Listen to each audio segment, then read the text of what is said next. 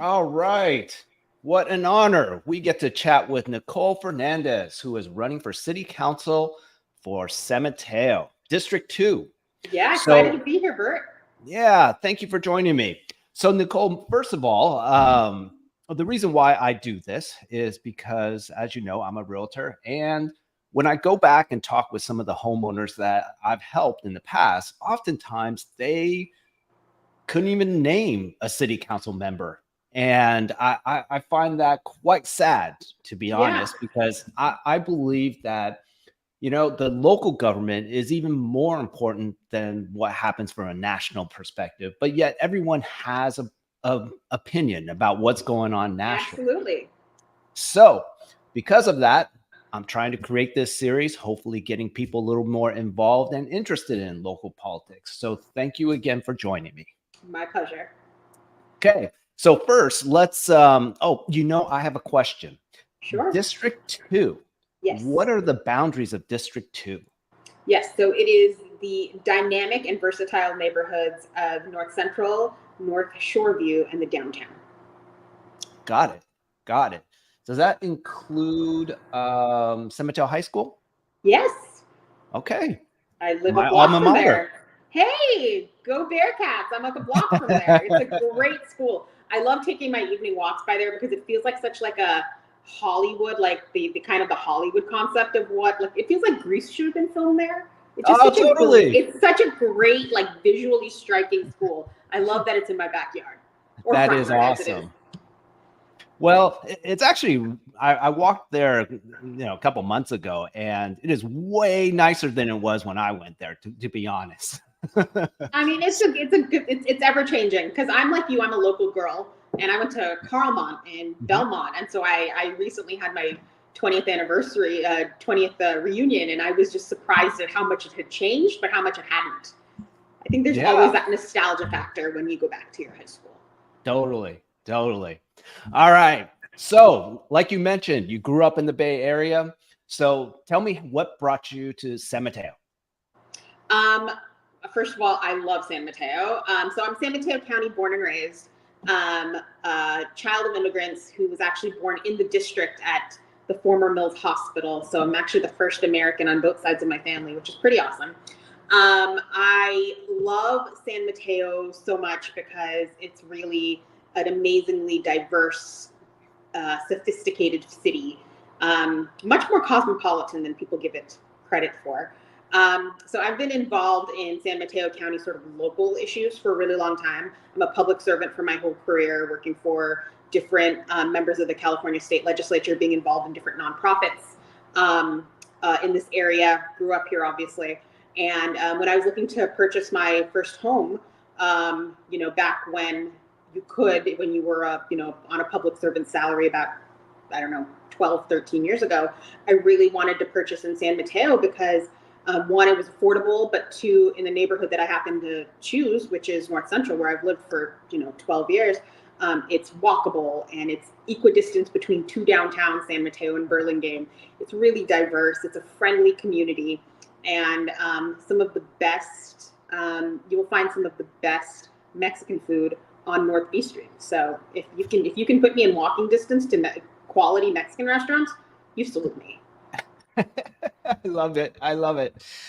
Well, since you moved to San Mateo, you said, was it I 2012? bought. I moved here in 2012.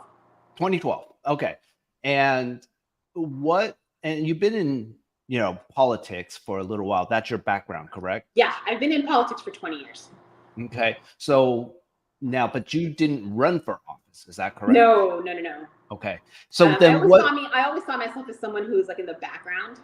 I always saw myself as someone who was really, sort of helping people make decisions, not necessarily being the decision maker. And I think that the great thing about politics and government is that there's a role for you no matter where you can contribute in your own way. There's a way to contribute.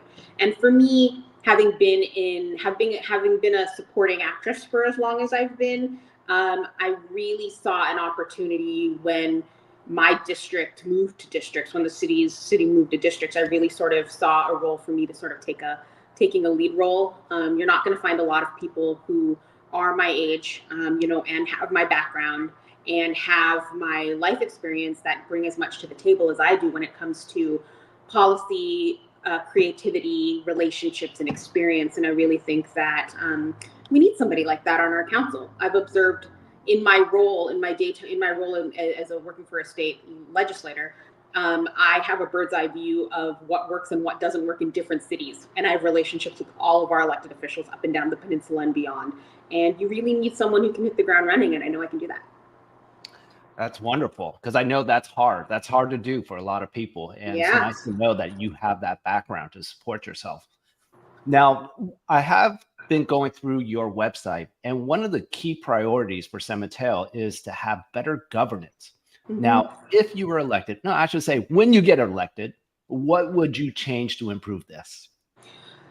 So one of the highest priorities for me is making sure that we have a government that befits and is worthy of the amazing residents we have in San Mateo. And unfortunately, city services don't occur in a vacuum. So your road in front of your house doesn't get paved if we don't have the workers to do that. And the water treatment plant doesn't get done, doesn't treat water if there's no one to do that. And the lagoon doesn't get dredged. And so part of my reason is that good governance is, quite frankly, just a very practical item, in that I don't want people to avoid local government because it is too conflicting or too dysfunctional. Local government is best when it is boring and when it is doing the people's work. And so I really want San Mateo has had a history in the last few years of being very divided based on personality politics. And I have 20 years in San Mateo County politics showing that I can deliver results, work with anybody, talk to anybody, and level set and prioritize based on what I think is the best decision for the folks. And that's part of my good governance strategy, is that I want to make this a great place for people to work, but I also want to make it a great place for people to live and make sure that we have the first class government and government services that our residents need. Makes sense.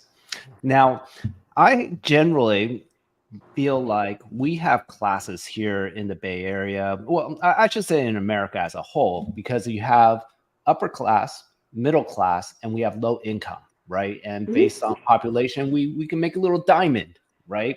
Not too many people at the top, not too many people at the bottom, but in the middle, that's where most people lie. And I believe San Mateo County is the same way. And I call those people the middle class. Now, when you get elected, how are you proposing to make more affordable housing for this group of people? Yeah. So I think that it's so in the way you pose this question, or the way I appreciate the perspective you're taking, but affordable housing and low income housing doesn't exist in a vacuum, right? In order for it to get built, which especially low income and affordable housing needs to be done in partnership with government and nonprofits. But if we are going to expect some of our for-profit developers to do that, it needs to be something that can be advantageous. So we have to make sure that we are building actually at all income levels, in my opinion. The best strategy for affordable units is, of course, going to be building denser and building smaller units. And that's why I'm supportive of Measure T, which is actually on the ballot here in San Mateo, which would allow us to build a little taller along the El Camino Transit Corridor, so that we're not interrupting the character of our suburban neighborhoods, and also in the downtown. And I think that that's key, is that we need to have a lot of mixed use. We have to have a lot of mixed use development, but we also have to be building at all levels so that we can make sure that we have availability of housing at all levels. And so I just want to kind of summarize real quick, and please correct me if I'm wrong, but in general, your thought is to increase supply, which will make things more affordable. Would that be a good summary? That's a fair shake, yes. Okay, got it. Great, perfect. That actually is very enlightening. Now, next question is, right now, San Mateo County has seen a rise in property crime and retail theft in the entire county. Can you give us something that you would do differently to improve this situation? Differently, not sure that I could say differently, but I would certainly reallocate resources. Um, uh, there is a lot of federal and state and county money on the table around property crime theft right now, meaning more money to put towards law enforcement for extended hours, more security that can be more money for providing security at these corporate centers like the Hillsdale Mall, and also partnering with private entities in order to make sure that our areas of shopping, like the Targets and everything else, are secure.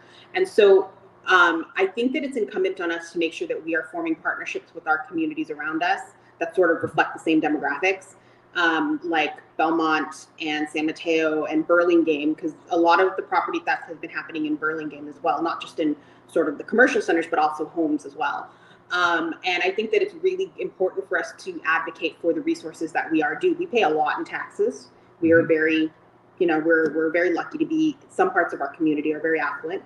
And we need to make sure that we're pulling down and getting that money back in these grants that are available in order to help, that can go towards law enforcement to make sure that we beef up our public safety strategies and resources. So it'd be about controlling our resources and giving the police more resources for them to do their job. Is that fair?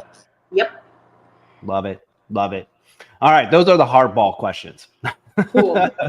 So, but I like to lead off by asking a more personal question of the people that come on and talk with me. And so for you, what I'm curious about is, what is a favorite restaurant in District 2 that I must try? So I am a huge fan of La Piñata on North B Street. They have the best pupusas in San Mateo County. I mean, just the quality, the price point, and the friendliest service.